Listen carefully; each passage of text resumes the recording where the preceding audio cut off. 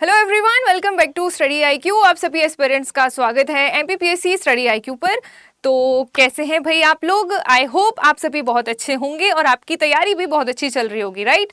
तो आज के सेशन को कंटिन्यू करते हुए मैं आपको यहाँ पर क्लियर करना चाहती हूँ कि वैसे तो आप सभी जानते हैं, जो बच्चे मुझसे रेगुलरली जुड़े हुए हैं तो उन्हें पता है कि हम यहाँ पर एमपीपीएससी मेंस को लेकर एक बुनियाद सीरीज चला रहे हैं, जिसमें आज का हमारा जो क्लास नंबर है वो है 8। मतलब इससे पहले मैं 7 क्लासेस कवर करा चुकी हूँ, 7 अलग अलग टॉपिक पर। तो अगर आप भी उन बच्चों में से हैं जिन्होंने पुरानी क्लासेस नहीं देखी हैं तो आई वुड रिक्वेस्ट कि आप उन्हें भी देख लीजिए, क्योंकि इससे आपके टॉपिक वाइज जो है वो पोर्शन सिलेबस का कवर होते जाएगा। ठीक है, तो आज का जो हमारा टॉपिक है भाई वो है ट्राइंगल। ठीक, इससे पहले भी आप लोगों ने ट्राइंगल पढ़ रखा होगा, उम्मीद ऐसा कर रही हूँ, और अगर नहीं भी पढ़ा है तो आपको आज की क्लास में काफ़ी सारे कॉन्सेप्ट ट्राइंगल के क्लियर हो जाएंगे। एंड जैसा कि आपका एमपीपीएससी मेंस का पेपर है कि क्योंकि मेंस है तो डिस्क्रिप्टिव है, आपको ईच एंड एवरी स्टेप वहाँ पर लिखनी है। तो उस बेसिस पर हम बात करेंगे कि इस टॉपिक यानी कि ट्राइंगल से आपके कैसे क्या क्वेश्चंस देखे जा सकते हैं। ठीक है, तो चलिए बिना किसी देरी के हम सेशन को स्टार्ट करते हैं। And let me clear you one thing कि हम यहाँ पर ये बात करेंगे कि भाई अगर इससे वेरी शॉर्ट क्वेश्चन पूछना है तो वो किस तरीके से पूछेगा, शॉर्ट क्वेश्चन पूछना है तो किस तरीके से पूछेगा। ठीक है, एंड बाकी जैसा कि हम पीवाईक्यू एनालिसिस के साथ चल रहे हैं तो उसी को हम आज के सेशन में भी कंटिन्यू करेंगे। ठीक है, चलिए बिना किसी देरी के हम सेशन स्टार्ट करें उससे पहले आप सभी के लिए एक इन्फॉर्मेशन है कि अगर आप में से जो भी स्टूडेंट अभी तक मुझसे सोशली कनेक्ट नहीं हुए हैं तो this is my Telegram platform जिसका नाम है सीसेट बाय आयुषी मैम। आप जाइए टेलीग्राम के सर्च बार में सर्च कीजिए और इसको जाकर ज्वाइन कर लीजिए, क्योंकि आज की क्लास की जो पीडीएफ है वो मैं आपको यहीं पर प्रोवाइड कर दूंगी। ठीक है, चलिए hope so audio and video दोनों क्लियर होगा। एंड अब हम सेशन स्टार्ट करें तो डायरेक्ट हम क्वेश्चन पर नहीं आएंगे कि भाई ट्राइंगल से कैसे क्वेश्चन बनते हैं। पहले आप ये जान लीजिए कि अगर ट्राइंगल का कुछ आपको कॉन्सेप्ट समझना है तो कैसी क्या मतलब रूल्स हैं, क्या क्या जनरल प्रॉपर्टीज हैं जो आपको जाननी ज़रूरी है। ठीक है, and it is not necessary कि हर बार न्यूमेरिक ही क्वेश्चन आए। डेफिनेटली आपके थ्योरेटिकल क्वेश्चन भी न्यूमेरिक पोर्शन मतलब यानी कि इस पार्ट ए हो चाहे पार्ट बी हो, थ्योरेटिकल के साथ न्यूमेरिक भी पूछा गया है या न्यूमेरिक के साथ थ्योरेटिकल भी पूछा गया है। तो दोनों टाइप के क्वेश्चंस को हम यहाँ पर आपको क्लियर करेंगे और कवर कराएंगे। ठीक है, चलो तो सबसे पहले ट्राइंगल आप समझ लीजिए। देखो, शुरू का जो क्लास होगी वो आपके थोड़ा कॉन्सेप्ट पर बेस्ड होगी, and if you know the concept then आप थोड़ा सा फॉरवर्ड करके वीडियो को देख सकते हैं, लेकिन वीडियो को एंड तक ज़रूर देखना, क्योंकि इसमें काफ़ी सारी ऐसी चीज़ें हैं जो आपके एग्जाम पॉइंट ऑफ व्यू से काफ़ी बेनिफिशियल साबित होंगी। ठीक है, चलो अब आप यहाँ पर देख पा रहे हैं भाई, आप सभी जानते हैं बचपन से आप सभी ने ट्राइंगल देखा है और ट्राइंगल पढ़ा भी है। और अगर एमपीपीएससी की बात करें या अगर आप अदर एग्जाम्स को टारगेट करें हैं तो वहाँ पर भी कुछ ना कुछ क्वेश्चन यहाँ से देखने को मिलते हैं। ठीक है, चलिए तो ट्राइंगल बेसिकली क्या होता है भाई? जो ट्राइंगल होता है वो एक ऐसा पॉलीगन है या फिर एक ऐसा क्लोज्ड फिगर है जिसमें 3 साइड होती हैं। ओके, रुको जरा, आगे बढ़ने से पहले मैं आपको एक क्लियर कर देती हूँ कि बोर्ड में इंग्लिश देखकर आपको घबराना नहीं है कि लगता है मैम पूरा इंग्लिश में पढ़ाएंगी, ऐसा नहीं है। लिखा भले यहाँ पर इंग्लिश में है, लेकिन मैं अपना जो एक्सप्लेनेशन है वो हिंदी और इंग्लिश दोनों में रखूंगी, जिससे किसी भी मीडियम के बच्चे को कोई दिक्कत नहीं होगी। ठीक है, एंड हिंदी वालों से भी ये कहूँगी कि भले वो हिंदी में समझो लेकिन टर्मिनोलॉजी इंग्लिश में ज़रूर याद करो, क्योंकि ये आपके काम आएगा। समटाइम्स इंग्लिश वाली टर्म को ही वो हिंदी में प्रोनाउंसिएशन में लिख देता है। ठीक है, तो आपको ये ध्यान रखना है, तो ध्यान से सुनना, उसके बाद हम क्वेश्चन पे आएंगे। क्लियर? तो ट्राइंगल बेसिकली क्या होता है? एक ऐसा पॉलीगन है जिसमें कितनी साइड आपको देखने को मिलती हैं भाई? 3 साइड आपको देखने को मिलती हैं। आपने बचपन से ये इमेज देखते तो आए ही होगी। This is called triangle. Okay, इसमें आपको कितनी साइड दिख रही है? इसमें आपको 3 साइड दिख रही हैं। और पॉलीगन मतलब एक ऐसा क्लोज्ड फिगर जो कहीं से भी खुला नहीं है। सिंपल शब्दों में अगर मैं बात करूं तो ये लिखना नहीं है जो कहीं से भी खुला नहीं है। आपको अगर आपको ऑफिशियली अगर आपको जो लैंग्वेज पेपर में यूज़ करनी है उसकी डेफिनेशन की, तो आप इस तरीके से यूज़ करेंगे। ओके, नाउ अब आपको एक चीज़ यहाँ पर, पहली चीज़ तो ये कि ट्राइंगल होता क्या है। दूसरी चीज़ ये कि ट्राइंगल के जो एंगल्स होते हैं, 3 एंगल हैं, तो तीनों कोणों का जो योग होता है यानी कि sum of the all angles of a triangle is 180 degree. आपको ये टर्म ध्यान रखनी है कि तीनों एंगल का जो योग है या जोड़ है वो 180 डिग्री के बराबर होता है, ठीक है।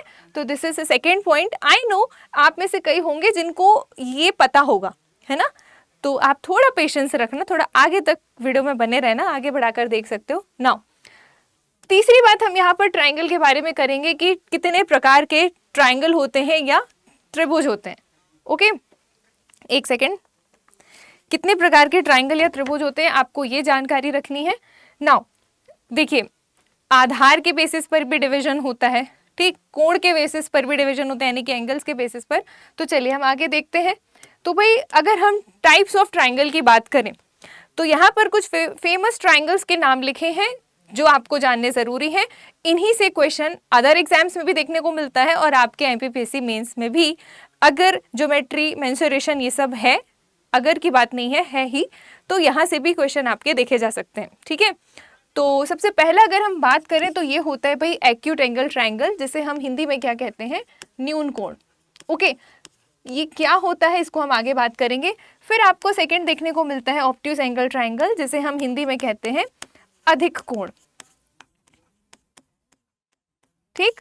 और फिर आपका तीसरा देखने को मिलता है जो कि है राइट एंगल ट्राइंगल, जिसे हम हिंदी में कहते हैं समकोण, ठीक है। बड़ा ही फेमस है, इस पर बेस्ड क्वेश्चन भी आते हैं और ये आपके लिए इंपॉर्टेंट भी है।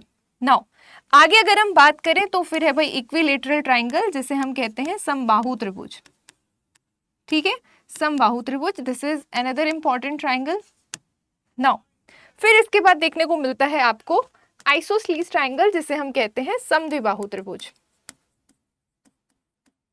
ओके, नाउ आगे अगर हम बात करें तो यह आपका स्केलन ट्राइंगल, जिसे हम हिंदी में कहते हैं विषम बाहु त्रिभुज। क्लियर?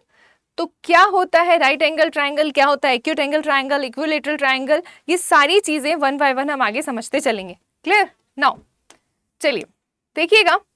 तो सबसे पहले आप यहाँ पर स्क्रीन पर देख पा रहे होंगे भाई कि अगर हम एक्यूट एंगल ट्राइंगल की बात करें, यानी कि हम न्यून कोण की अगर बात करें, तो इसके लिए आपके दिमाग में क्या चीज घूमनी चाहिए।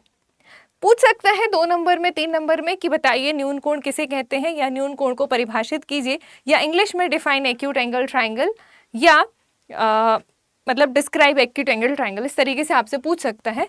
तो मैंने ना यहाँ पर एक फ्लो चार्ट के फॉर्म में चीज़ों को लिख रखा है, जिससे ऐसे फॉर्मेट में पढ़ने में आपको दिक्कत नहीं होगी। अगर आप डेफिनेशन फॉर्म में जाओगे ना तो समटाइम्स ऐसा होता है कि हमें वो चीज़ डेफिनेशन फॉर्म में उतनी समझ नहीं आती, लेकिन अगर आप यहाँ पर इस तरीके से कीवर्ड्स के फॉर्म में याद रखोगे तो आपके लिए काफ़ी अच्छा होगा। ओके, बाकी वर्ड्स में लिखते तो आपको आता ही होगा और अब तक आप सीख भी चुके होंगे। ओके, नाउ तो अगर हम एक्यूट एंगल ट्राइंगल की बात करें तो triangles with all 3 angles acute, मतलब कि ऐसा न्यून कोण, मतलब जो न्यून कोण होता है वो एक ऐसा त्रिभुज होता है जिसमें 3 कैसे होते हैं, जो कोण होते हैं वो 90 डिग्री से कम के होते हैं। मतलब आपको यहाँ पर ये चीज़ ध्यान रखनी है कि वो कितने डिग्री से कम होना चाहिए, वो 90 डिग्री से छोटा होना चाहिए। तो 90 डिग्री से अगर छोटे होते हैं तो वो न्यून कोण होते हैं, जो 90 डिग्री से बड़े होते हैं तो वो अधिक कोण होते हैं, जिसे हम इंग्लिश में ऑब्ट्यूज एंगल ट्राइंगल कहते हैं। तो triangles with one of the angle obtuse, जिसमें से एक कोण जो हो अगर वो 90 डिग्री से ज़्यादा का है, देन इट्स कॉल्ड अधिक कोण या ऑब्ट्यूज एंगल ट्राइंगल। ओके, इस तरीके से आपको ध्यान रखना है। तो ये है आपका अधिक कोण। नाउ आगे अगर हम बात करें तो एक नोट है आप सभी के लिए, ध्यान रखिएगा कि we can not have more than 1 obtuse angle in a triangle. मतलब किसी ट्राइंगल में या किसी त्रिभुज में एक से ज्यादा अधिक कोण नहीं हो सकते। ठीक है, ये आपको ध्यान रखना है। न्यून कोण भले ही हो सकते हैं लेकिन अधिक कोण नहीं हो सकते, ये आप ध्यान रखिएगा। नाउ तो अगर आपसे पूछे कि डिफाइन ऑब्ट्यूज एंगल ट्राइंगल, तो आप ये बता के और ये नोट भी आप वहाँ पर लिख सकते हैं, तो आपको काफ़ी अच्छे नंबर वहाँ पर मिलेंगे। एंड काफ़ी अच्छे नंबर का मतलब ये नहीं है कि अगर 3 नंबर का क्वेश्चन है तो आपको 5 नंबर दे दिया जाए, ऐसा नहीं होगा। जितने मार्क्स का है वो फुल मार्क्स आपको वहाँ पर प्रोवाइड किए जाएंगे। ओके, चलिए आगे अगर हम बढ़े तो equilateral triangle, one of most important triangle in this chapter. तो इक्विलेटरल ट्राइंगल को हम कहते हैं समबाहु त्रिभुज। इससे न्यूमेरिकल क्वेश्चन भी बहुत आते हैं और थ्योरेटिकली इसकी प्रॉपर्टीज भी पूछी जाती हैं। ओके। तो समबाहु त्रिभुज क्या होता है भाई? ऐसा त्रिभुज जिसकी तीनों भुजाएं बराबर हो और तीनों कोण भी बराबर हो, यानी कि all sides are equal and all angles are also equal. And angle कितने डिग्री के इक्वल होते हैं? तो एंगल का मेजरमेंट आपको याद रखना है, वो है 60 डिग्री। ठीक है, मतलब ऐसा त्रिभुज जिसके तीनों कोण क्या होंगे भाई? 60 डिग्री के होंगे, और जो तीनों भुजाएं हैं वो भी आपस में क्या होंगी? बराबर होंगी। तो वो क्या कहलाएगा? आपका समबाहु त्रिभुज। अब समबाहु त्रिभुज पर बेस्ड जनरल प्रॉपर्टी हो गई इसकी दो इंपॉर्टेंट, ये आपको ध्यान रखना है। Property number 1, property number 2 most important. इसके बाद इसके कुछ फॉर्मूले हैं, वो भी आपको ध्यान रखना है। समटाइम्स फॉर्मूला भी आपको 2 से 3 नंबर में देखने को मिल जाता है ना। और आपको हर एक नंबर की वैल्यू समझनी, ऐसा नहीं है कि आप भाई सिर्फ 5 नंबर की तैयारी करें या 11 नंबर की तैयारी करें। एक एक नंबर कीमती है, आपको हर एक नंबर को पिक करते हुए चलना है। ओके, एंड ये थ्योरेटिकल नहीं है कि भाई आपको कुछ नंबर कट जाए, राइटिंग हो चाहे कुछ आपने नहीं लिखा। ये भाई न्यूमेरिकल सब्जेक्ट है आपका, इसमें आप अगर सही करोगे तो फुल मार्क्स आपको मिलेगा। ओके, तो इसका फायदा आपको उठाना है। नाउ आगे अगर हम बात करें तो ये है आइसोसेलेस ट्रायंगल, जिसे हम हिंदी में कहते हैं समद्विबाहु त्रिभुज।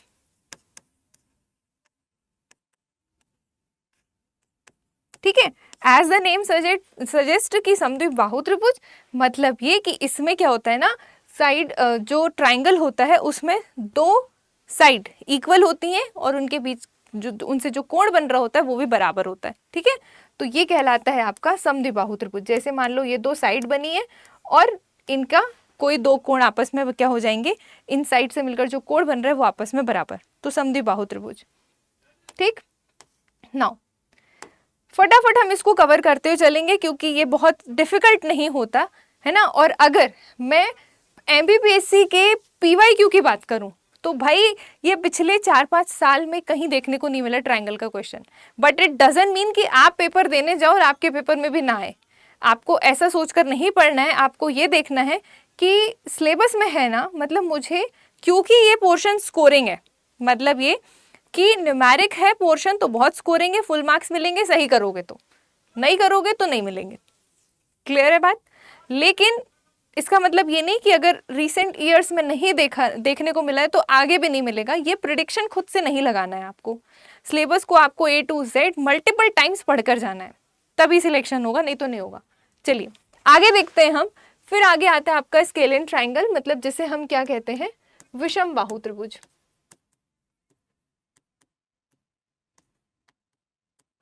ठीक है, तो विषम बाहु त्रिभुज में भी आपको दो चीजें ध्यान रखनी है भाई। पहली चीज ये कि इसकी सारी भुजाएं अलग अलग मेजरमेंट की होती है, मतलब कोई भी भुजा यहाँ पर बराबर नहीं होती। और तीसरी चीज आपको ये ध्यान रखनी है कि इस पे इसके जो सारे कोण हैं वो भी बराबर नहीं होते, मतलब सबका जो माप है या जो मेजरमेंट है वो सबका अलग अलग होता है। ठीक है, तो एक प्रॉपर्टी ये कि all the 3 sides are different in length and all the angles are different in measurement. ठीक है, मतलब सारे एंगल्स का योग वैल्यू भी अलग अलग होती है। कैसे भी आप बना दो, ठीक है, कोई इक्वल नहीं होती। ये तो मैं रैंडमली बना रही हूँ तो आपको फिर भी इक्वल दिख सकता है। बाकी आपको दो प्रॉपर्टीज ध्यान रखनी है, चाहे कोई भी डिग्री का एंगल हो, चाहे किसी भी नाप की उसकी क्या हो, लेंथ की उसकी साइड हो, सब अलग अलग होगा, कुछ भी मैच नहीं करेगा। नाउ इसके बाद आपको दो चीजें बहुत अच्छे से ध्यान रखनी है, क्योंकि ये भी आपको ये पता होना चाहिए कि फॉर्मूले लिखने को भी आते हैं पेपर में। कोई चीज अगर हम कैसे कैलकुलेट करते हैं, सपोज अगर हम ट्राइंगल का एरिया कैसे कैलकुलेट करते हैं तो वो आपसे ये भी पूछ सकता है। ठीक है, कि ट्राइंगल को परिभाषित कीजिए और उसके क्षेत्रफल निकालने का फॉर्मूला बताइए। ये इजी क्वेश्चन ना 2 से 3 नंबर में आपको देखने को मिलते हैं, जिन्हें हम वेरी शॉर्ट क्वेश्चन टाइप में देखते हैं पेपर में, है ना, अगर हम पेपर पैटर्न की बात करें तो। नाउ अगर हम इसके एरिया की बात करें, मतलब त्रिभुज का क्षेत्रफल, अगर हम त्रिभुज के क्षेत्रफल निकालने पर आए तो भाई आपको यहाँ पर दो मेजर फॉर्मूले दिखेंगे। पहला फॉर्मूला ये और दूसरा फॉर्मूला ये। क्वेश्चन अगर न्यूमेरिक है ना तो उसमें ना दिया जाता है, ठीक है, कि ABC की वैल्यू इतनी है, मतलब किसी त्रिभुज की 3 भुजाओं की लंबाई इतनी इतनी है, तो बताओ उसका क्षेत्रफल कितना होगा। तो उसके लिए आप ये वाले फॉर्मूले का उपयोग करेंगे, ठीक है, जिसे हम हीरोज का फॉर्मूले के नाम से जानते हैं। आप लोगों ने बचपन में भाई पढ़ा होगा, ठीक है, तो इसमें क्या होता है, आपको इसमें 2 पॉइंट ध्यान रखने हैं।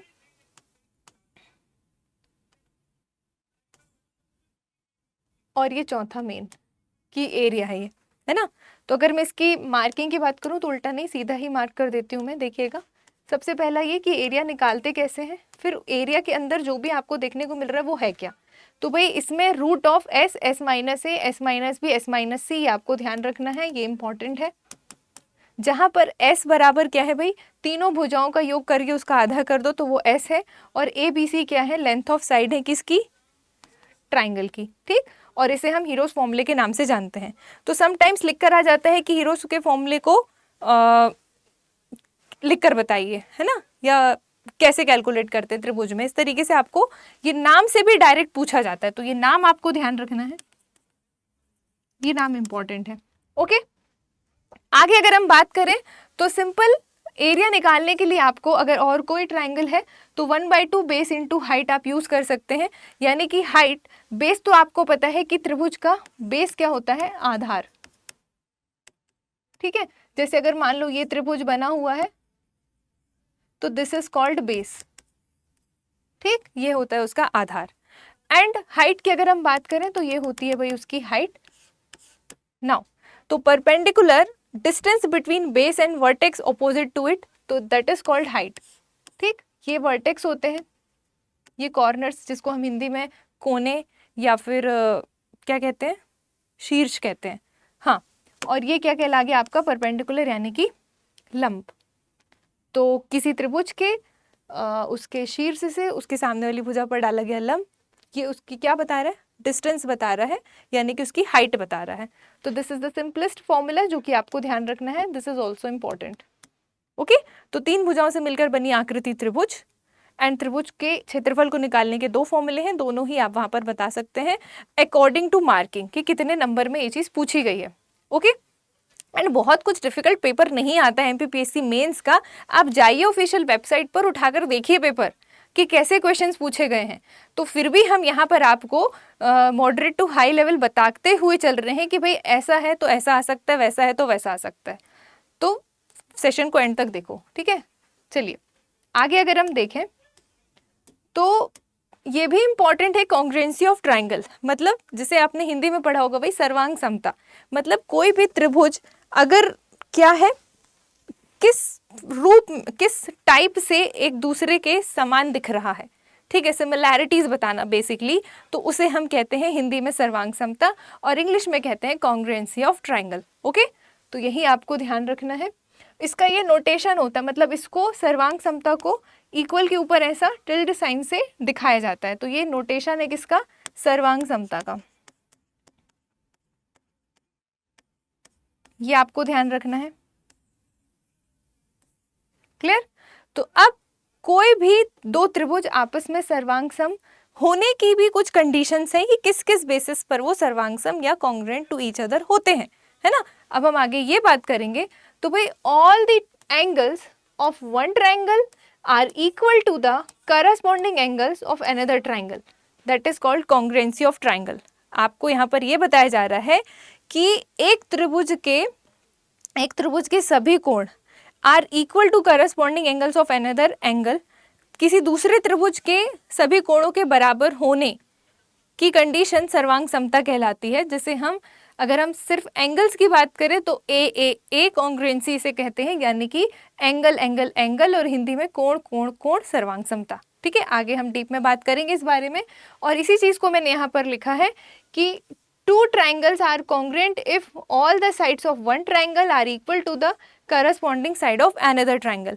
मतलब अगर एक त्रिभुज है और दूसरा त्रिभुज है और वो साइड के बेसिस में आपस में सिमिलर दिख रहा है तो वो साइड साइड साइड सर्वांग समता या फिर भुजा भुजा भुजा सर्वांग समता के नाम से जाना जाता है। ये 2 ही नहीं है, आगे और है, मैं बात करूंगी इसमें 1 by 1। देखिए, तो कंडीशंस फॉर कॉन्ग्रुएंसी यानी कि सर्वांग समता होने की कुछ शर्तें हैं या फिर कुछ बेसिस हैं जिसके बेसिस पर हम उसको ये बताते हैं कि वो दोनों त्रिभुज जिससे आप कंपैरिजन कर रहे हो एक का दूसरे से, तो वो किस बेसिस पर आपस में इक्वल टू ईच अदर है ना, आपस में समान किस बेसिस पर है। तो आप यहाँ पर पाएंगे, आप एक प्रकार की सर्वांग समता पढ़ेंगे यानी कि कॉन्ग्रुएंसी SAS, जिसमें से S stands for side, A stands for angle and S again stands for side. ठीक है. सिमिलरली सेकेंड कॉन्ग्रुएंसी आप देखेंगे एंगल साइड एंगल, थर्ड आप देखेंगे एंगल एंगल साइड, और फोर्थ आप देखेंगे ट्रिपल एस यानी कि साइड साइड साइड कॉन्ग्रुएंसी, फिर आप देखेंगे साइड साइड एंगल कॉन्ग्रुएंसी. ठीक है. And angle angle angle congruency भी आपको देखने को मिलती है, मैं यहाँ नहीं लिख पाई हूँ. ओके.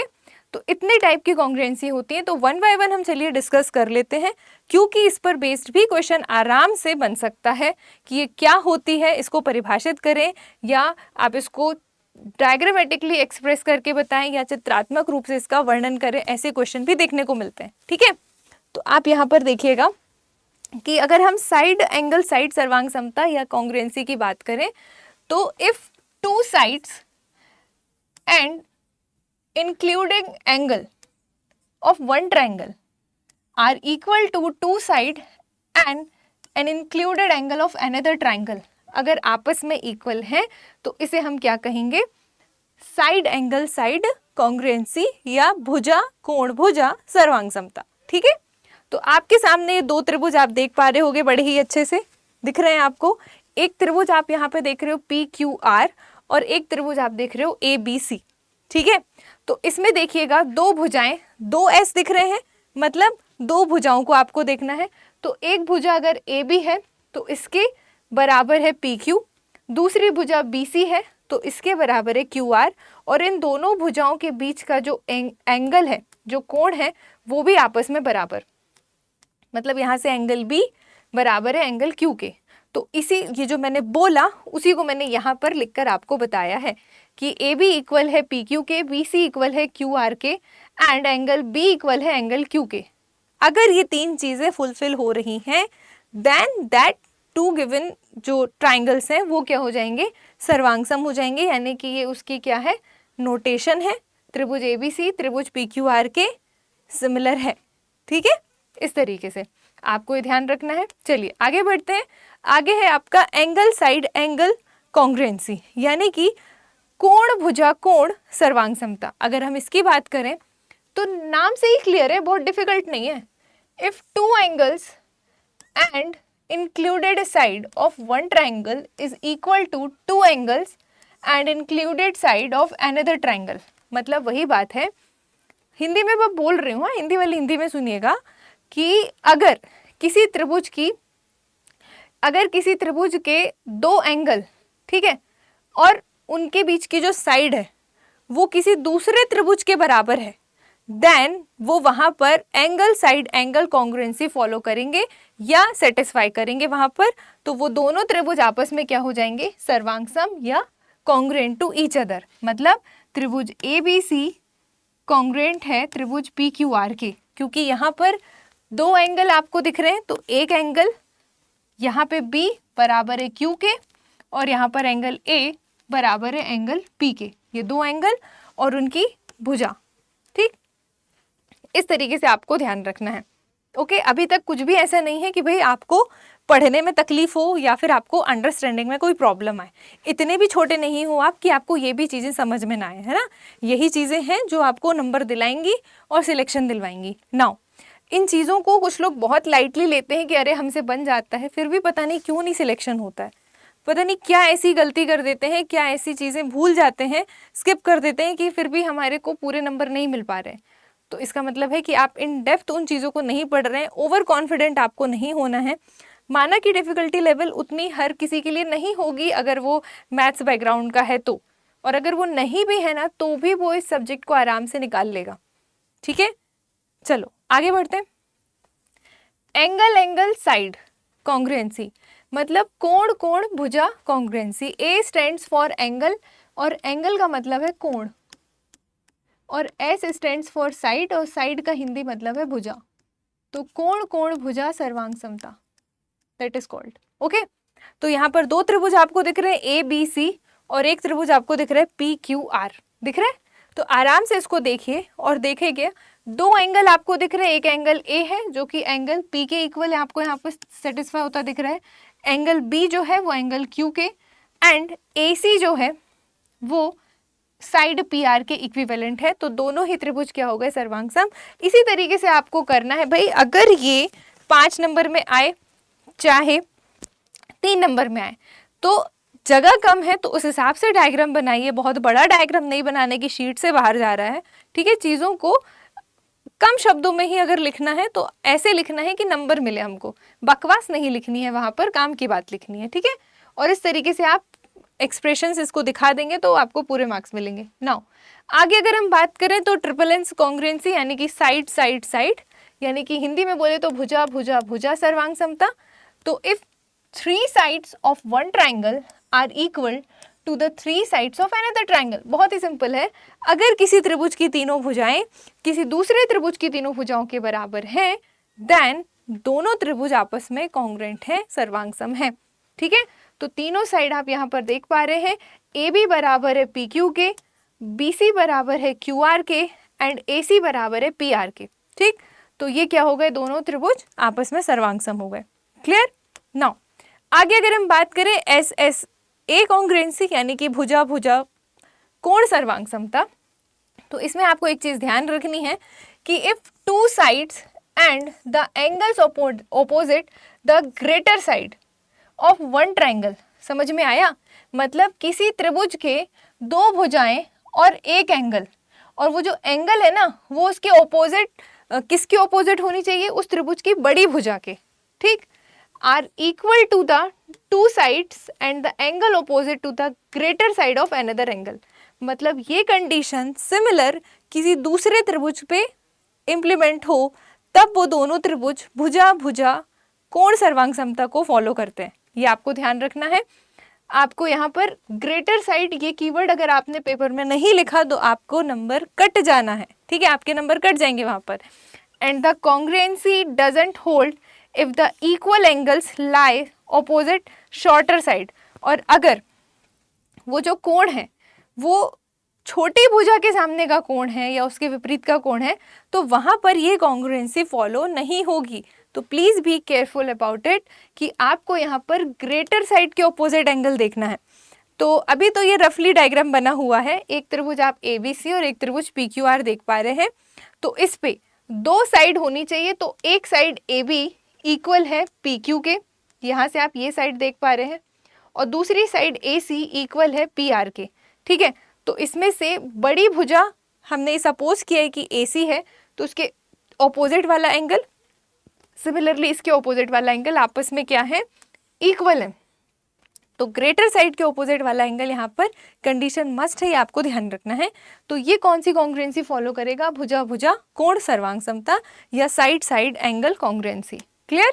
चलिए आगे हम बात करते हैं, ये मोस्ट इंपॉर्टेंट है आपका इक्विलेटरल ट्राइंगल। इक्विलेटरल ट्राइंगल की 2 important property, all the sides are angle and all the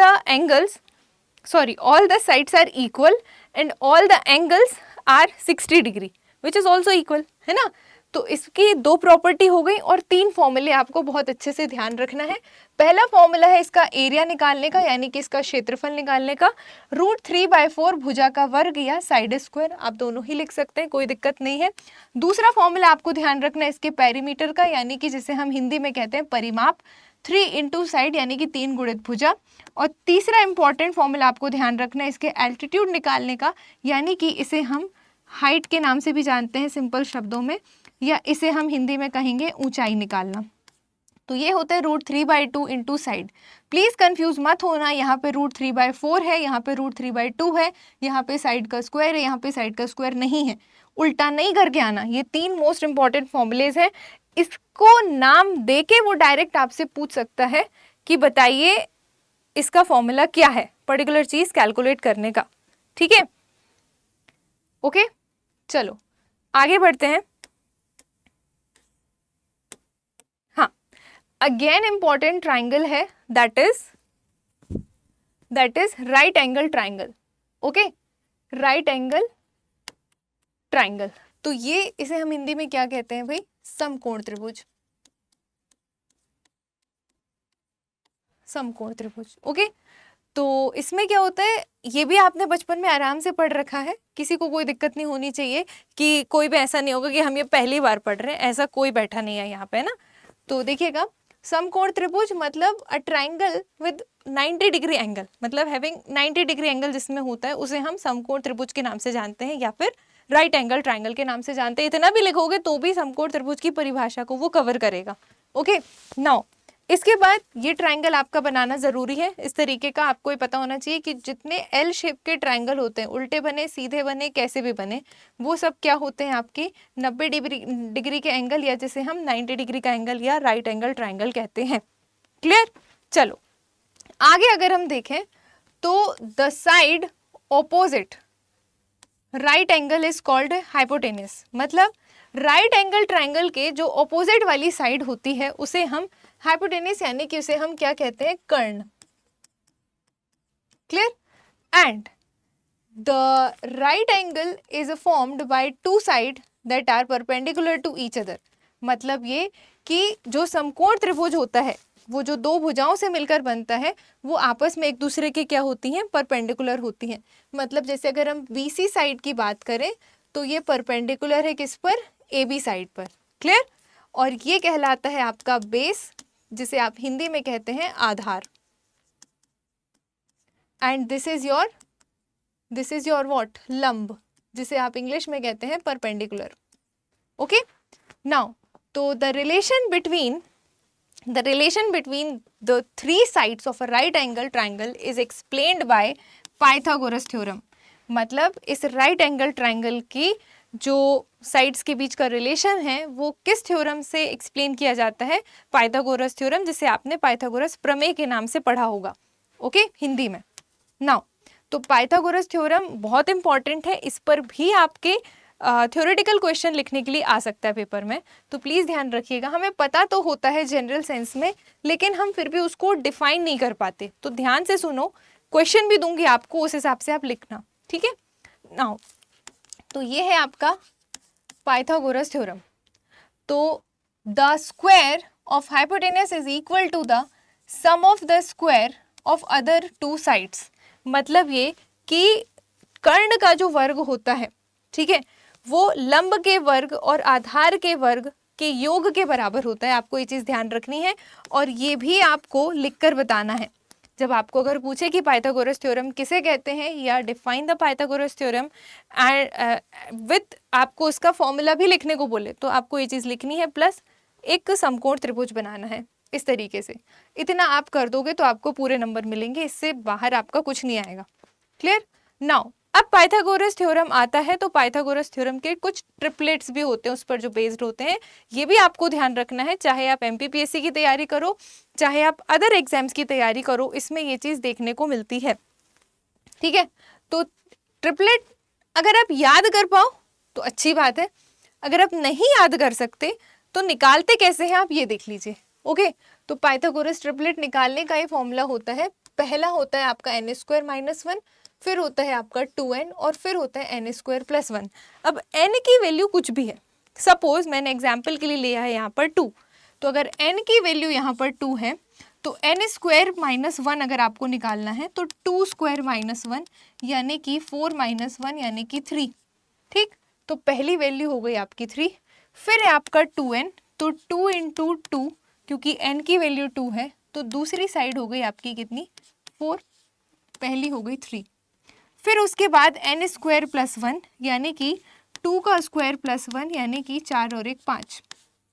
तो 3 4 5 आपस में क्या हो गए भाई, 3 4 और 5 आपस में ये हो गए ट्रिपलेट, ये आप ध्यान रखेंगे। क्लियर? ये आप ध्यान रखेंगे। चलिए आगे मैंने कुछ ट्रिपलेट्स ऐसे लिख रखे हैं आप लोगों के लिए कि आप इनको याद कर पाओ तो बहुत अच्छी बात है, क्योंकि किसी न्यूमेरिक क्वेश्चन में कुछ ऐसे स्क्वायर मिल जाते हैं जिससे अगर हमको ट्रिपलेट याद है तो हमारी कैलकुलेशन थोड़ा कम टाइम में सॉल्व हो जाती है। जैसे 3 4 5 को मैंने अभी आपको कैलकुलेट करके बताया, 5 12 13 आप ध्यान रख लीजिए, 7 24 25 आप ध्यान रख लीजिए। इसमें से जितने आप याद रख सकते हैं उतना आपके लिए अच्छा है। क्लियर? ये चीज़ आपको ध्यान रखनी है। चलो आगे बढ़ते हैं। ये आपको PDF में मिल जाएगा, डोंट वरी, आपको चलते वीडियो में लिखना नहीं है, ठीक है, इसलिए मैंने इसको आगे बढ़ा दिया। चलो आगे देखिएगा कि important terms with respect to triangle, त्रिभुज से रिलेटेड कुछ इंपॉर्टेंट चीज़ें हैं जो आपको ध्यान रखनी है। आपसे 2 नंबर 3 नंबर में पूछ सकता है कि भाई मीडियन किसे कहते हैं, यानी कि माध्यिका किसे कहते हैं। ठीक है, और फिर उसके बाद एल्टीट्यूड यानी कि ऊंचाई, त्रिभुज की ऊंचाई को हम कैसे निकालते हैं। फिर परपेंडिकुलर बाइसेक्टर क्या होता है त्रिभुज में, यानी कि जो लंब समद्विभाजक होता है। फिर इन सेंटर और सरकम सेंटर। ठीक है, ये आपको ध्यान रखना है कि ये किसे कहते हैं। इन सेंटर अंदर की तरफ बनता है, सरकम सेंटर बाहर की तरफ। इसको आगे सारी चीजें हम क्लियर कर लेंगे, देखिएगा one by one. Now median की अगर मैं बात करूं यानी कि माध्यिका की, तो आपको ये चीज ध्यान रखनी है कि एक ये ऐसी लाइन ज्वाइनिंग है माध्यिका, मतलब a line joining that the mid of the side of a triangle to opposite vertex is called median. मतलब ये कि किसी त्रिभुज में ऐसी लाइन हम जोड़, मतलब ये मैं आपको ना सिंपल शब्दों में समझाने की कोशिश कर रही हूँ कि किसी त्रिभुज के अगर हम मिड पॉइंट से, ठीक है, उसके ऑपोजिट वर्टेक्स तक, फॉर एग्जाम्पल आप ये त्रिभुज देखो, तो अगर इस त्रिभुज के बीच के बिंदु से अगर हम इसके ऑपोजिट वर्टेक्स पर इस तरीके से अगर हम एक लाइन को ज्वाइन करें या ड्रॉ करें तो दैट इज कॉल्ड मीडियन।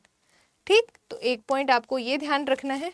दूसरा इंपॉर्टेंट पॉइंट ये है कि जो मीडियन है भाई, a median divides a triangle into two parts of equal area, मतलब जिनका एरिया क्या होता है, इक्वल होता है, दो भागों में बांटती है जिसका क्षेत्रफल आपस में बराबर होता है। ठीक, तीसरा पॉइंट आपको यहाँ पर मीडियन के लिए ध्यान रखना है, ये आपसे 4 से 5 नंबर के क्वेश्चन में भी पूछ सकता है कि डिस्क्राइब मीडियन और 5 मार्क्स लिखा होगा। तो ऐसे नहीं कि एक लाइन की परिभाषा लिख के आपको 5 नंबर मिलेगा, ऐसा नहीं है।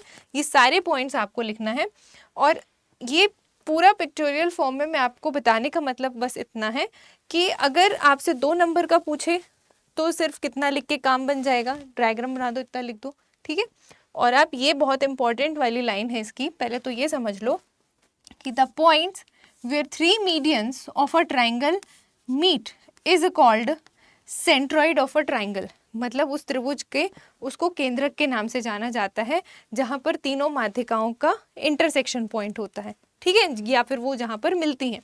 नाउ चौथे इंपॉर्टेंट पॉइंट की अगर हम बात करें तो the centroid of a triangle divides each median in the ratio of 2:1। मतलब वो जो केंद्रक होता है वो माध्यिकाओं को 2:1 में विभाजित करता है। ये बहुत इंपॉर्टेंट पॉइंट है, अगर आप ये लिख दोगे और अगर आप इसकी डेफिनेशन लिख दोगे, ठीक है, और ये डायग्राम बना दोगे तो भी आपको पूरे नंबर मिलेंगे। इसके अलावा ये वाला पॉइंट भी आप लिख सकते हो तो भी आपको अच्छे नंबर मिलेंगे। ठीक है, जितनी बातें भाई आप याद रख सकते हो उतना आपके लिए अच्छा है। मेरा काम आपको समझाना है, लिखना आपके ऊपर है। मैं आपका हाथ पकड़ के लिखा नहीं सकती कि बेटा ये लिखना, ये नहीं लिखना है ना, ये नहीं आना चाहिए। देखिए अब ये त्रिभुज आपको यहाँ पर सामने दिख रहा है, और मैंने ये भी बताया है कि इसमें मीडियन कौन है, मिड पॉइंट्स कौन है, और किस तरीके से वो जो केंद्रक है वो माध्यिका को क्या कर रहा है, 2:1 में विभाजित कर रहा है। जैसे अगर आप देखेंगे तो भाई ये है जी, ई और एफ, ये क्या है, माध्यिकाओं के बीच के बिंदु है या मिड पॉइंट है, या इसे हम हिंदी में कहेंगे मध्य बिंदु है। ठीक है, और अगर हम बात करें पीजी, क्यूएफ और आरई, ये सब क्या है, माध्यिका है यानी कि मीडियन है। ये आप ध्यान रखेंगे इस त्रिभुज में, और ये इसका क्या है भाई, केंद्रक है, centroid of a triangle. Now ratio देख लीजिए, पीसी और सीजी। पीसी कहाँ है भाई, पीसी और सीजी, ये एक माध्यिका है पीजी, तो ये जो केंद्रक है ये इसको 2:1 में विभाजित कर रहा है। ठीक है, इस तरीके से आपको ये चीज ध्यान रखनी है, राइट। चलो आगे बढ़ते हैं हम। तो एल्टीट्यूड और हाइट ऑफ अ ट्राइंगल, तो किसी त्रिभुज की हाइट, ऊंचाई या एल्टीट्यूड क्या होता है, ध्यान दीजिएगा। मैंने हर तरीके से आपको समझाने की कोशिश की, इसमें से आप जो पॉइंट याद रख पाओ आपके लिए बहुत अच्छी बात है। तो अगर हम देखें, a perpendicular drawn from any vertex to opposite side is called altitude.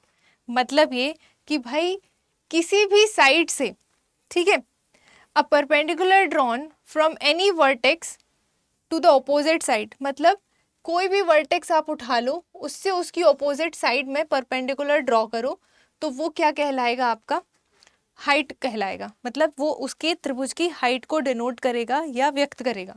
जैसे अगर हम इस वर्टेक्स से उठा के इस साइड में एक परपेंडिकुलर ड्रॉ कर दें, तो वो क्या कहलाएगा, वो क्या कहलाएगा, वो भी हाइट को दिखाएगा।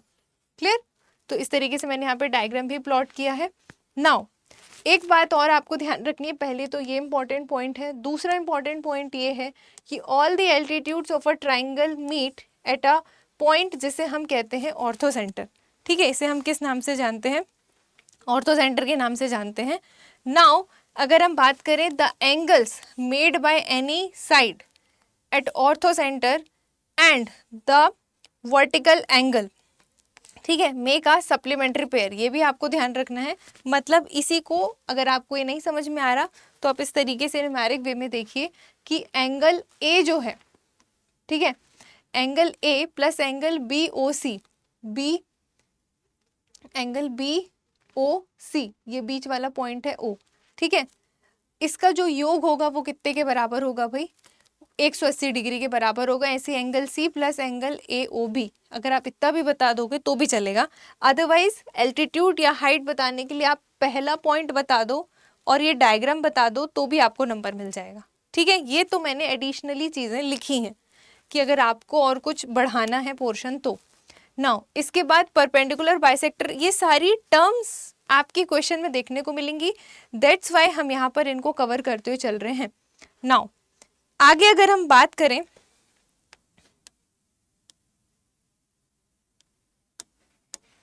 कि परपेंडिकुलर बाइसेक्टर क्या होता है भाई, तो परपेंडिकुलर बाइसेक्टर देखिएगा, मतलब लंब समद्विभाजक।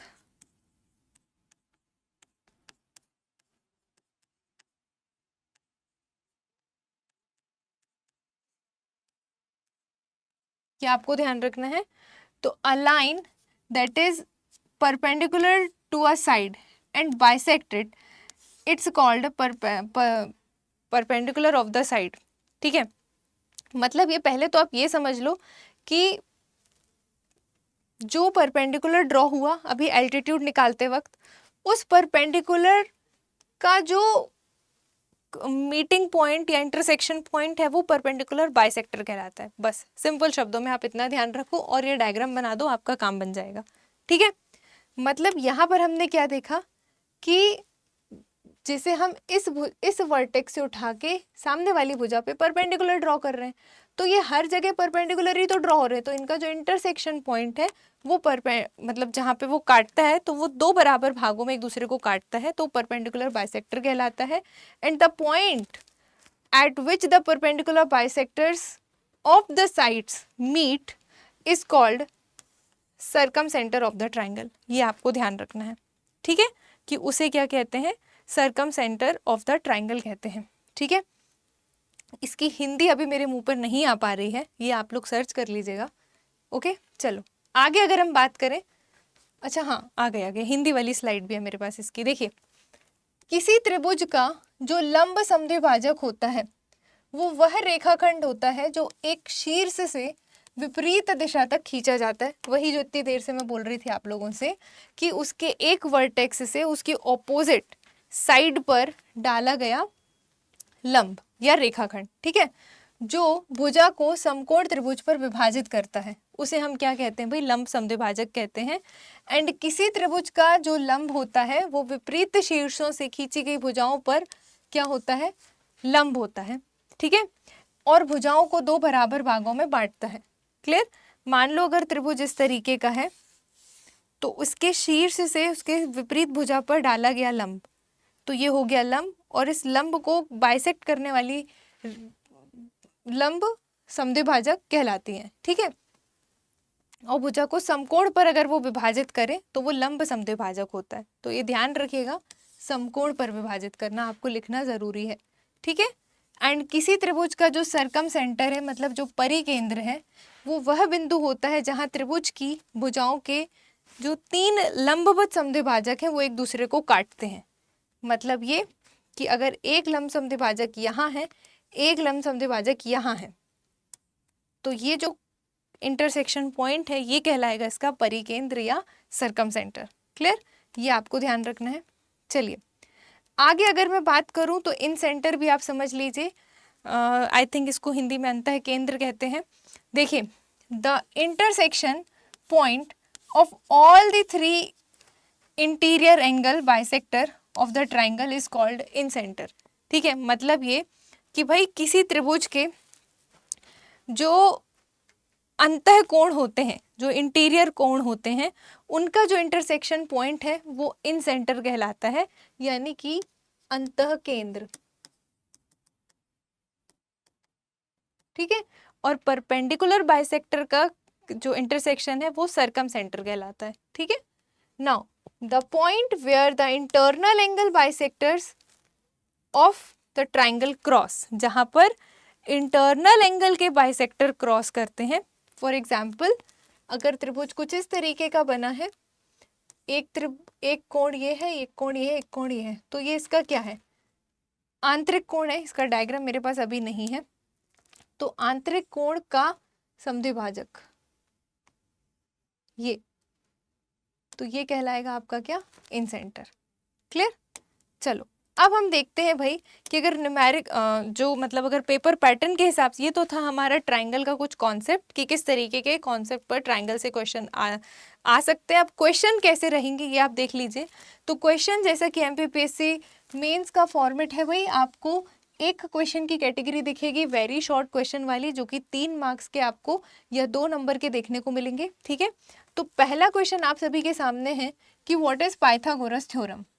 थोड़ी देर पहले ही मैंने आपको बताया कि पाइथागोरस थ्योरम क्या है, और हिंदी में लिख कर आएगा कि पाइथागोरस प्रमेय क्या है। अब ये मैंने आपको कॉन्सेप्ट इसका समझा दिया है। क्वेश्चन आप लोगों के लिए दे रही हूँ कि आप लोग इसको लिख कर देखोगे कि कैसे, इसके लिए हमें कितना लिखना है। तो आप ये ध्यान रखें, ये 3 मार्क्स के अंदर पूछा जा सकता है, तो 3 से 4 लाइन आपको गिवन है, तो उतने ही स्पेस में आपको लिखना है। ठीक है, तो क्या ऐसी बातें जो आप लिखोगे और क्या नहीं लिखना, ये आपके ऊपर है। ये मैंने आपको समझा दिया।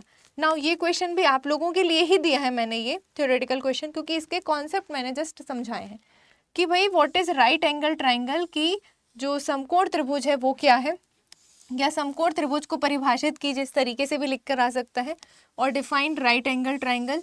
तो ये लैंग्वेज मैं आपको बता रही हूँ कि किस किस तरीके से पेपर में लिख कर आ सकता है, 3 नंबर का अगर उसको या 2 नंबर का पूछना है तो।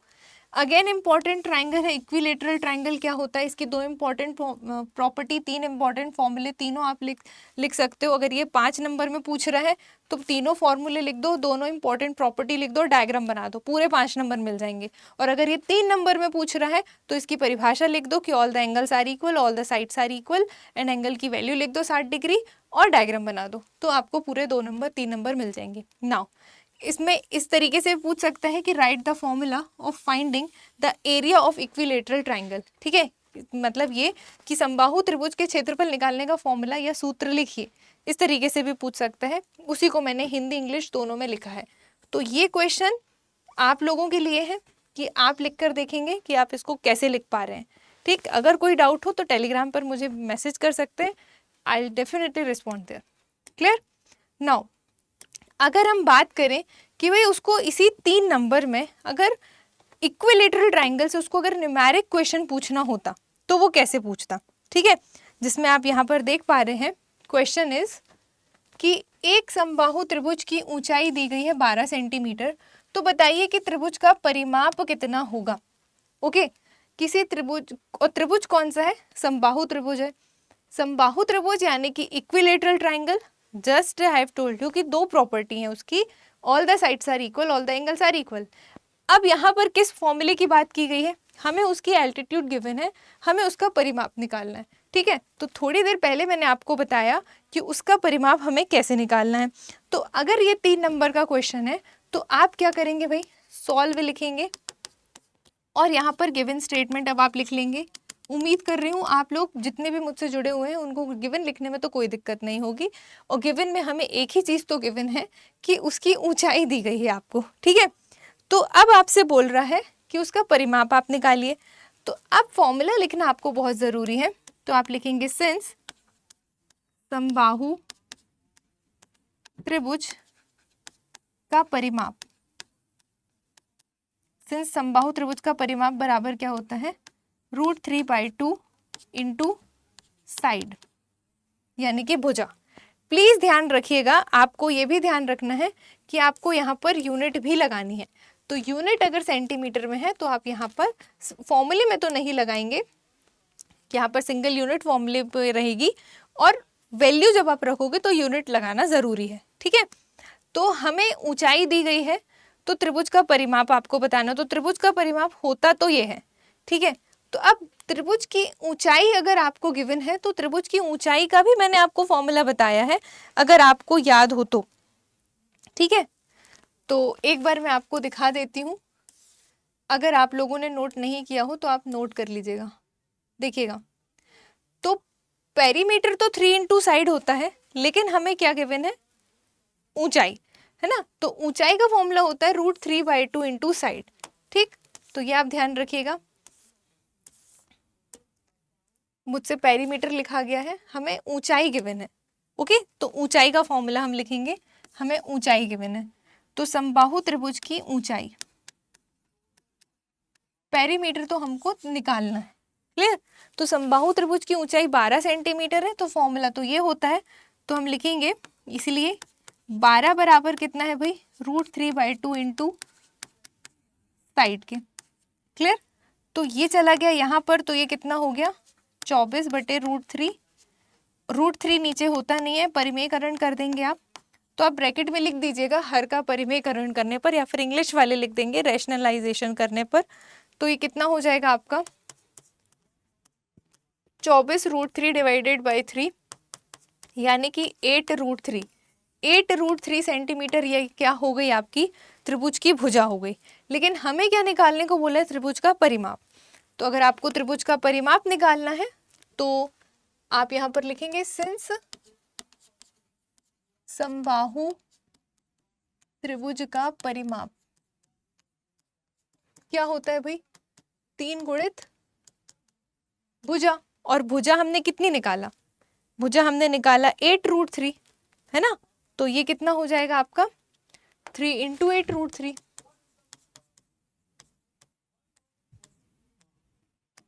तो ये हो जाएगा आपका 24√3, एंड यही हो गया आपका आंसर। देखिए, मैं बोर्ड में एक्सप्लेन कर रही हूँ तो जगह उस तरीके से आपको देखने को मिल रही है, बाकी आपकी शीट में आप थोड़ा जमा कर लिखिएगा, क्लियर। नाउ एक और क्वेश्चन है आपका इक्विलेटरल ट्रायंगल से, जैसा कि मैंने आपको बोला कि भाई ये इंपॉर्टेंट है, इस पे आपको अच्छे से ध्यान देना है। तो देखिए इस पे क्या क्वेश्चन है, यदि एक समबाहु त्रिभुज का जो क्षेत्रफल है वो 25√3 सेंटीमीटर स्क्वायर है, ओके, तो त्रिभुज की प्रत्येक भुजा की लंबाई बताइए कितनी है, मतलब ये कि भुजा की लेंथ आपको बतानी कि कितनी होगी, है ना। तो अब आप देख लीजिए यहाँ पर कि समबाहु त्रिभुज का क्षेत्रफल क्या होता है, तो सॉल्व करेंगे, गिवन लिखेंगे, गिवन में आप यही लाइन लिख देंगे जो आपको एरिया गिवन है, फिर आप लिखेंगे सिंस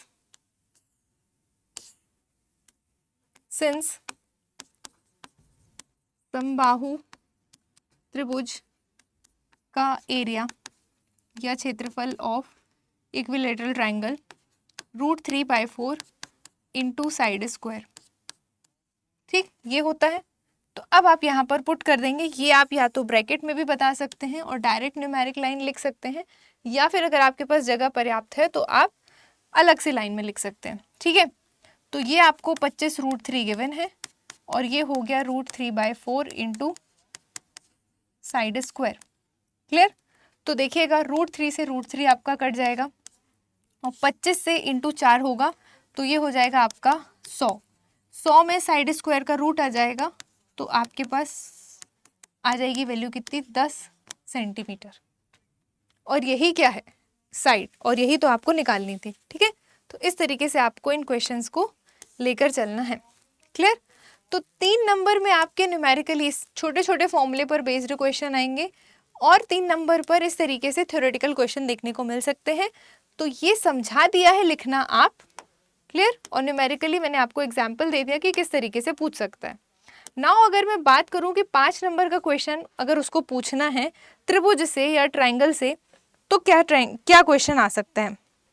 ठीक है, तो आप यहाँ पर देखिएगा, ये ना हिंदी में नहीं आ पाया है, बट मैं आपको हिंदी में बोलकर डेफिनेटली बता दूंगी। क्वेश्चन ये है कि in a right angled triangle the perpendicular from the geometric base is a 4 centimetre longer and the hypotenuse is 4 centimetre longer than that. मतलब ये कि किसी समकोण त्रिभुज के जियोमेट्रिक बेस से या ज्यामितीय आधार से, ठीक है, जो लंब है वो 4 सेंटीमीटर क्या है, बड़ा है।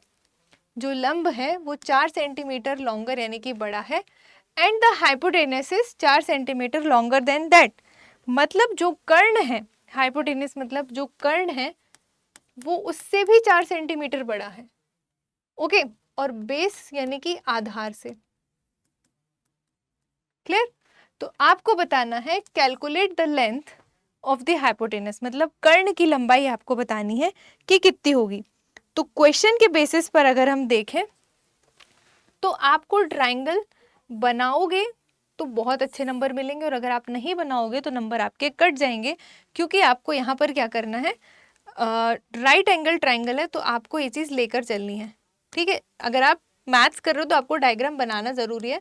तो सपोज ए बी सी आपका क्या है, ए बी सी आपका क्या है, एक राइट एंगल ट्राइंगल है, ठीक है, जिसका आधार, अब देखो वैल्यूज डायरेक्ट गिवन नहीं है तो आप क्या कर सकते हो, आप इसको सपोज कर सकते हो आधार से 4 सेंटीमीटर बड़ा है, तो आधार की वैल्यू खुद तो हमको पता नहीं, हमने मान ली ये x है।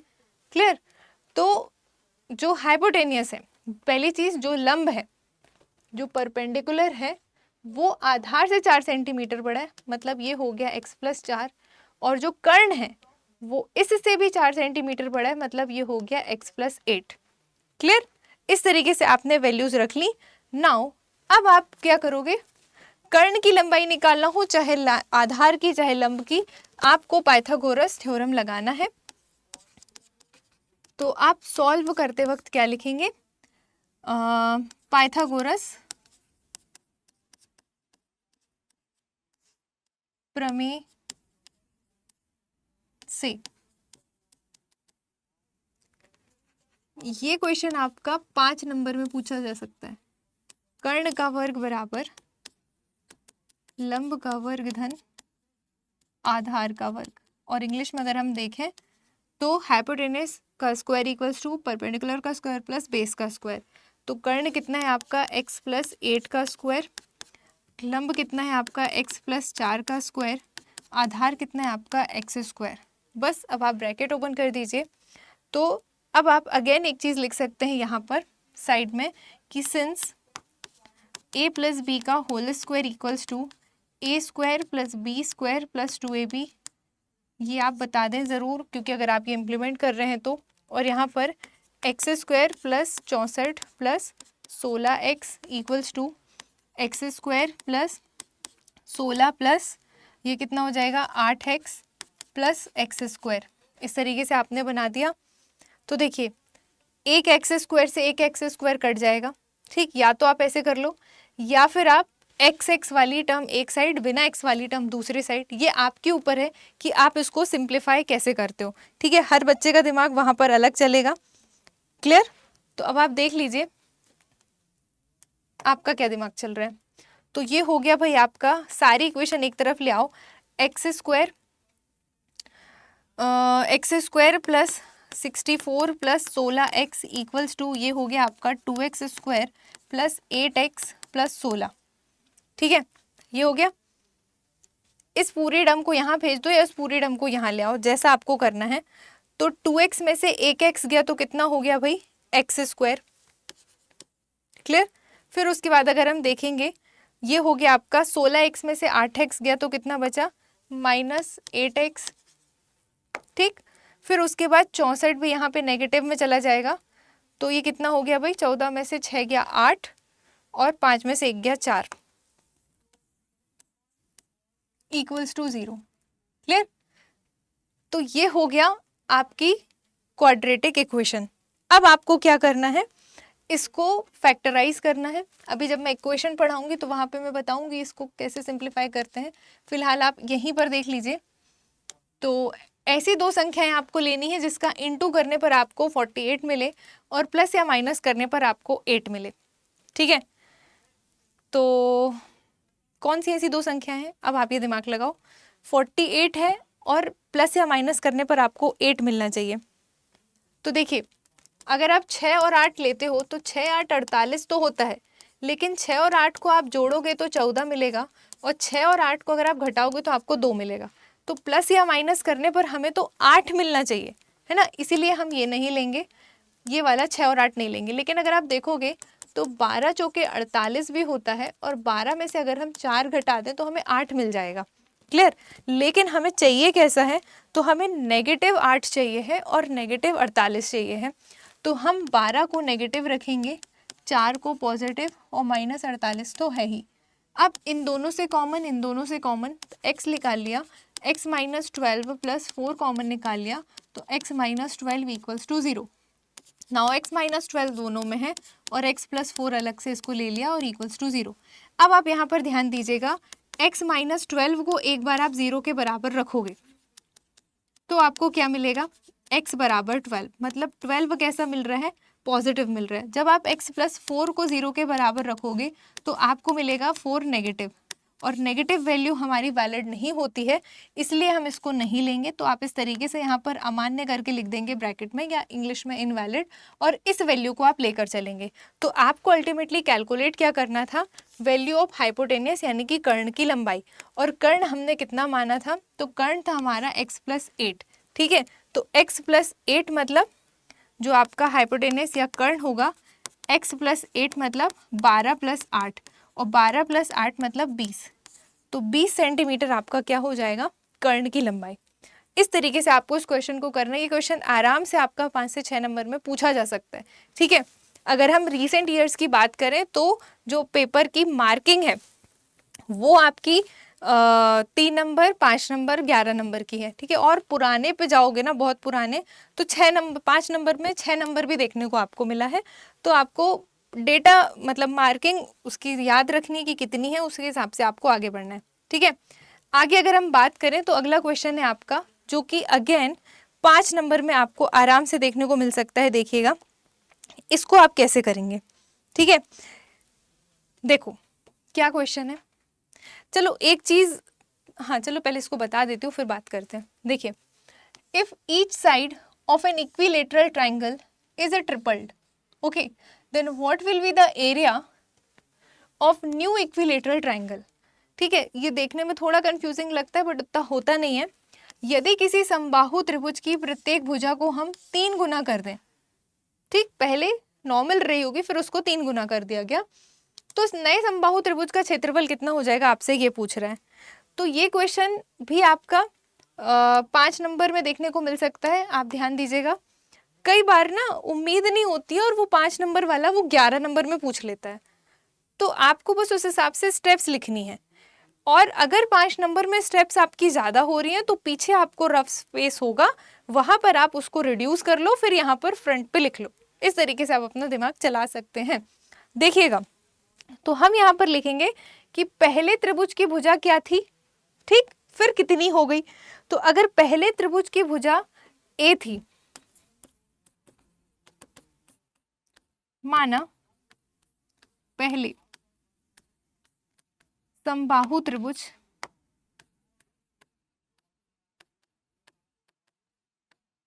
माना पहले समबाहु त्रिभुज की जो भुजा है वो a सेंटीमीटर थी, ठीक है, तथा जो क्षेत्रफल था वो a1 था। इस तरीके से आप अपने कुछ और मानना है तो आप कुछ और मान सकते हैं। तब समबाहु त्रिभुज का जो क्षेत्रफल था, या डायरेक्ट आप एरिया लिख दो, तब एरिया कितना था भाई, √3/4 भुजा का वर्ग, ये एरिया था। क्लियर? अब उसने बोला अगर हम भुजा को 3 गुना कर दें, तो according to the question, if the side is tripled, या भुजा को 3 गुना करने पर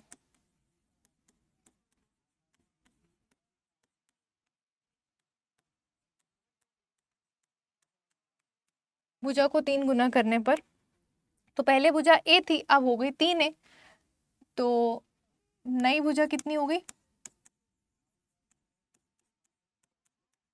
3 है, तो नया क्षेत्रफल कितना हो गया A2, या आप नया क्षेत्रफल बस लिख सकते हो। तो √3/4 भुजा का वर्ग यानी कि 3a का स्क्वायर, तो आप इसको क्या लिख सकते हो 9 √3/4 a²। और अगर आप इस पूरे पोर्शन को देखो तो ये क्या है √3/4 a², ये पहले है और अब क्या है, ये 9 टाइम्स है ना, तो ये कितना हो जाएगा 9 गुना। तो अब आप इसको क्या लिख सकते हो, डायरेक्ट जो आंसर की लाइन है कि वो कितना होगा, क्वेश्चन वर्ड जो है उसकी जगह पे आप उसको 9 गुना लिख सकते हो। मतलब क्या पूछा है उसने, नए समबाहु त्रिभुज का क्षेत्रफल कितना होगा, तो आप इसको लिख सकते हो नए समबाहु त्रिभुज का जो क्षेत्रफल है वो 9 गुना हो जाएगा।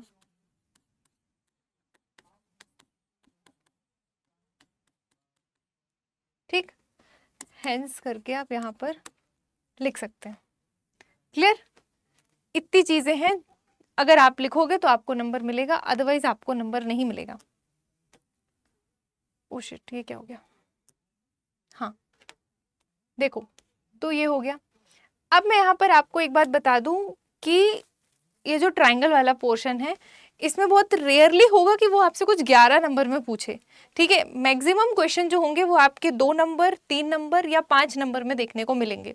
ठीक है, 11 नंबर में पूछने के लिए ज्योमेट्री या मेंसुरेशन से और भी चीजें हैं, ठीक, जिनको हम आगे देख सकते हैं, क्योंकि अपने आप में बहुत बड़े चैप्टर है। ऐसा नहीं कि ट्रायंगल पे आके वैल्यू चीजें खत्म हो गई, ऐसा नहीं है, ये बहुत बड़ा है। मेंसुरेशन अगर हम देखें तो बहुत सारे सेगमेंट्स है उसमें पढ़ने के लिए। ठीक है, तो यहाँ पर इसीलिए मैंने सिर्फ 3 मार्क्स और 5 मार्क्स के क्वेश्चन रखे हैं, क्योंकि अननेसेसरी क्वेश्चन बढ़ा के जबरदस्ती 11 नंबर लिखने का कोई सेंस नहीं है। ठीक, एक एक्सपेक्टेशन नाम की भी चीज होती है, प्रोबेबिलिटी नाम की भी चीज होती है कि क्या चीज आ सकती है किस फॉर्मेट में या किस टॉपिक से, या क्या चीज नहीं आ सकती। तो अगर मैं इसकी उम्मीद करूं तो इससे 11 नंबर का क्वेश्चन आई डोंट थिंक कि देखने को मिलेगा। ठीक है, बट अगर मिलेगा तो जितनी चीजें हमने यहाँ पर आपको समझाई हैं उतनी चीजें के बेसिस पर आप आराम से उस क्वेश्चन को 11 नंबर में, अगर थ्योरेटिकल है तो लिख सकते हो, अगर न्यूमेरिकल है तो आप उस तरीके से सॉल्व कर सकते हो। ऐसा नहीं है कि पूरे पेज भरने ही जरूरी है, रिक्वायर्ड चीजें लिखोगे तो पूरे नंबर मिलेगा, फिर चाहे वो 11 नंबर हो चाहे वो 5 नंबर हो। ठीक है, क्लियर। अब देखो, एक और क्वेश्चन है 5 नंबर का, लेकिन ये क्वेश्चन मैंने आप लोग के लिए रखा है, ये इतना डिफिकल्ट नहीं है कि आप ना कर पाओ। तो कुछ थ्योरेटिकल लिखने के लिए दिए और एक है न्यूमेरिकल कि यदि एक समद्विबाहु समकोण त्रिभुज के कर्ण का जो माप अगर 8 सेंटीमीटर है तो बताइए उस त्रिभुज का क्षेत्रफल कितना होगा। And let me clear you one thing, आपको मेंस में ऑप्शन नहीं मिलेंगे, सिर्फ क्वेश्चन होगा बस, फिर उसके बाद सॉल्व आपको करना है, आंसर निकालना है। आपको ये नहीं पता है चेक करने के लिए कि मैंने सही किया कि गलत किया, क्योंकि ऑप्शन नहीं है। तो इसीलिए आपको अच्छे से सॉल्व करना है। अगर आपने मेरी सारी बातें ध्यान से सुनी होंगी यहाँ पे तो आपको ये बन जाएगा। तो this is your homework question. Clear, बाकी जितना मैंने आज का पढ़ाया है उतना आपके लिए मोर देन सफिशिएंट है। This is also your homework question, theoretically लिख कर देखना, ठीक, डायग्राम बनाने की जगह भी रखना। तो ये सब हमने आज की क्लास में किया। होप सो आपको चीज़ें समझ में आ गई होंगी।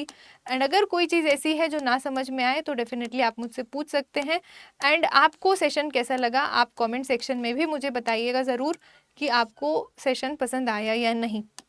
क्लियर, तो ये थी हमारी ट्रायंगल की क्लास, जिसमें इतनी ही चीज़ें हैं जो आपको मेजरली ध्यान रखनी है, इससे बाहर आपको नहीं पढ़ना है। ठीक, बाकी के और सेगमेंट है just like cube, cuboid, rectangle, square, ये सारी चीज़ें हम 1 बाय 1 आगे की क्लासेस में कवर करेंगे। ठीक है, चलो तो अब हम सेशन यहीं पर एंड कर रहे हैं। मिलते हैं हम आपसे नेक्स्ट वीडियो में एक नए टॉपिक के साथ।